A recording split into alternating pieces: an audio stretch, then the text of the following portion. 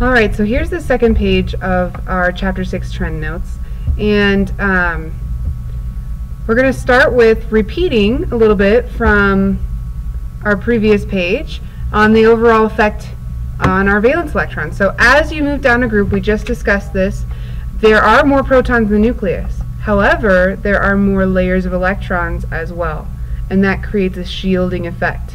The shielding impacts that force between the nucleus and the valence electrons in a stronger way than the number of protons does. So the overall effect on the valence electrons, we have a weaker, I'm going to underline this, weaker nuclear force on the valence electrons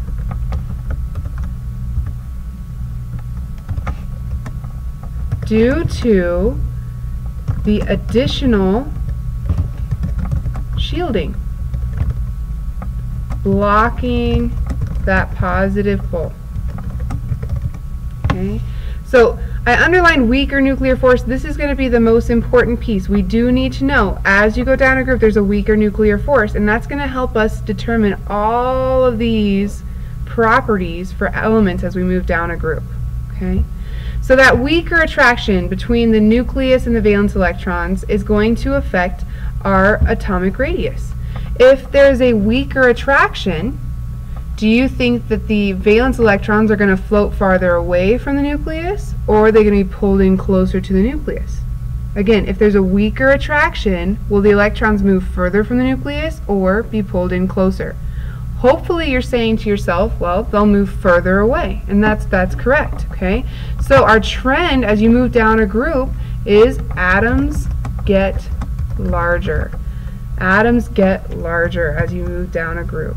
Okay, weaker attraction allows the electrons to move further from the nucleus. Atoms get larger. A weaker attraction allows the electrons to move further from the nucleus.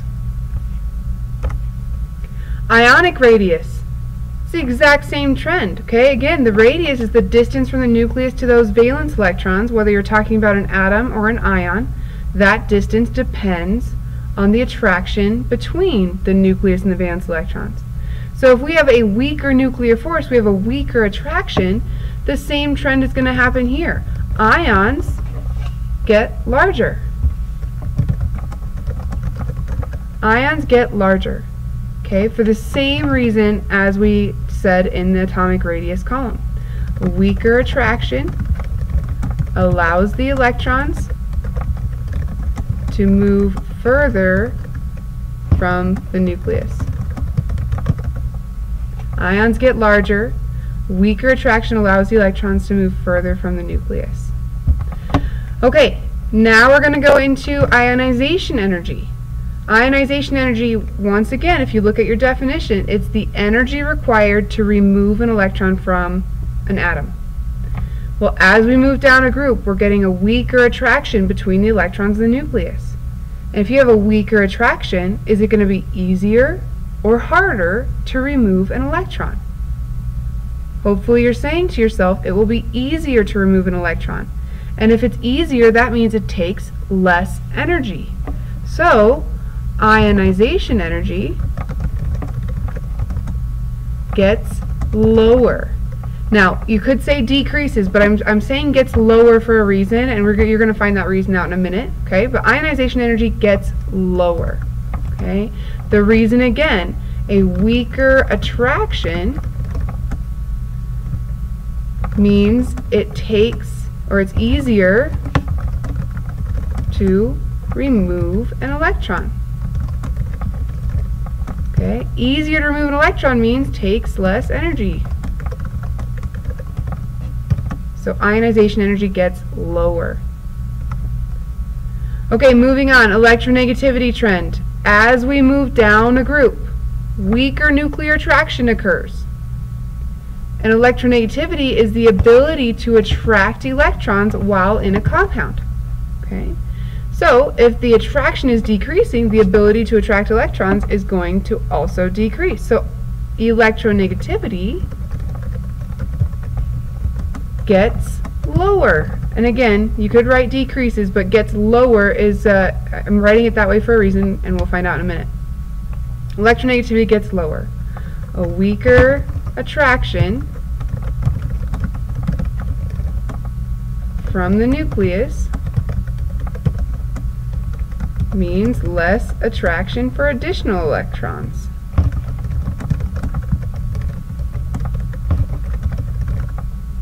Okay. Weaker attraction from the nucleus means less attraction for additional electrons. So again, if we look at a group, we can pick any group. I'll just pick fluorine down to acetine for this. As you add those layers of electrons in these elements, those block that nuclear pull. They weaken that nuclear pull. Yes, there's more protons, but those layers really make a bigger difference. So we're getting a weaker pull. That allows the valence electrons to move farther from the nucleus, making the atoms and the ions larger. And that weaker pull means less attraction for electrons, so a lower electronegativity. That weaker pull means it's easier to remove an electron, so that's a lower ionization energy. It takes less energy to remove an electron. Okay, now we're going to do that same process for across a period. Okay, so as we move across a period, we said on the other side, okay, or on our first page, that there's a stronger nuclear force on the valence electrons. Stronger nuclear force on the valence electrons. Okay, and we talked about why. More protons in the nucleus with constant shielding. So we're not adding any layers to block that positive charge, but we are increasing the positive charge. That means a stronger attraction on the valence electrons. So if that's stronger, then we're going to have the opposite effect of what we had in our groups. Okay? If you have a stronger pull on those electrons, they're going to be pulled in closer. So atoms get smaller. Those valence electrons are pulled in more closely with that stronger attraction. Okay? Valence electrons are pulled in more closely. Atoms get smaller. The valence electrons are pulled in more closely because of that stronger nuclear force. Okay? Moving on to ions. Same thing. Again, when we're talking about radius, it doesn't really matter if you're talking about an atom or an ion. If there's a stronger pull, things are going to get pulled in closer, and that's going to make them smaller. So ions get smaller. And our reason is going to be exactly the same as it was in the previous column. Valence electrons get pulled in more closely. Okay? Valence electrons get pulled in more closely, are pulled in more closely. Alright. Again, as we move across a period, and maybe I should look back at this more often, okay, our periodic table here. Moving across a period, we're getting a stronger attraction from that nucleus. We went from having just 3 protons in lithium all the way to 10 in neon. Okay? More protons, more attraction. There's no extra layers to block that pull. So neon has the most attraction, lithium has the least in its period. Okay? So as we move across, we get more attraction. And ionization energy is the energy required to remove an electron. Well, if there's more attraction, it's going to be harder to remove an electron. So ionization energy, let me fix my color here. Ionization energy gets higher. Okay, it increases. As you move across period, it is harder to remove an electron. Okay. So, stronger attraction makes it harder to remove an electron. Stronger attraction makes it harder to remove an electron, which means it takes more energy. Ionization energy gets higher.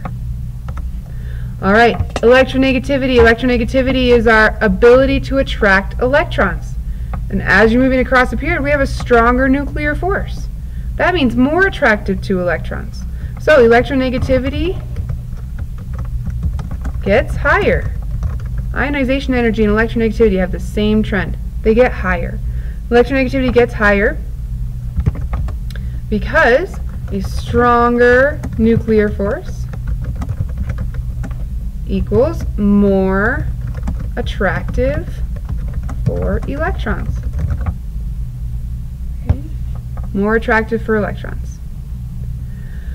Okay, a little memory jogger. I just wanted to point out a way that you could memorize these. Now this method of memorization is not going to help you understand why this happens, but it will hopefully help you understand the what, okay? What happens to atoms as you move across period or down a group.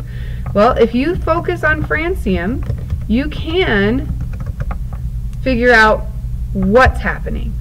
I'm hoping that the stronger nuclear force as you go across a period and the weaker nuclear force as you go across or down a group, excuse me, that those make sense to you and that you can use those to think this through. But if your brain is having trouble, here's a memory jogger that could at least help spur those memories, okay? If you find francium on the periodic table, the location of the atom is in the lower left corner. The lower left corner. And I'm going to highlight these. If you want to underline the L's, you can, but I'm going to highlight the L's, okay? The L's are an important piece of this as far as using it for a memory jogger, okay?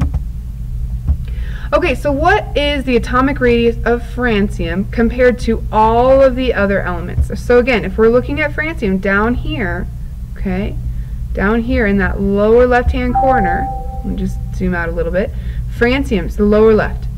As we go down a group, atoms get larger. We talked about that. As we go across a period, atoms get smaller because the increase in protons pull those electrons in closer. So francium is the largest in its group and it's the largest in its period. It's the largest atomic radius on the periodic table. Okay, so we come back over here, it is the largest. Okay, and largest starts with an L, so we're going to highlight that. The whole reason that I was using larger and lower is because of the letter L. Okay, ionic radius, same thing. It has the same trend. If we're talking about cations compared to cations, okay, positives compared to positives, anions compared to anions, negatives compared to negatives, francium has the largest ionic radius of all of the cations. Okay, comparing the two to each other, we're going to talk about more in a lab later. Ionization energy, we talked about that. It gets higher as you go across the periodic table, and it gets lower as you move down a group. So francium, being in the lower left-hand corner, has the lowest ionization energy. Lowest ionization energy. Okay, and likewise, because of the same trend with electronegativity, it has the lowest electronegativity. So if you can memorize francium is the largest, lowest, that can help you understand the trends. As you move away from francium, whether you're going up or whether you're going across, you're going to be going in the opposite direction with these trends. Okay, largest is referring to size, so radii, atomic and ionic radius. Okay, lowest is everything else, ionization energy, electronegativity. Largest, lowest.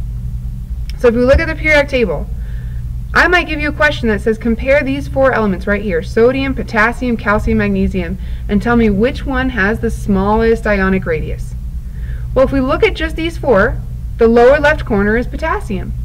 Lower left, just like francium, lower left is going to be the largest, lowest of what we're comparing. So in this case, potassium is the largest radius, largest ionic radius, lowest ionization energy, lowest electronegativity of these four. Magnesium is the opposite. It's the smallest, highest. So if I was asking you for the smallest ionic radius, that'd be magnesium. The largest ionic radius, potassium. Your answer will never be these two. Okay, those are not on the extremes of our trends. Okay, so that might help you, that little memory jogger, but hopefully this piece makes sense, and if not, you can always come back and watch this. It's on YouTube.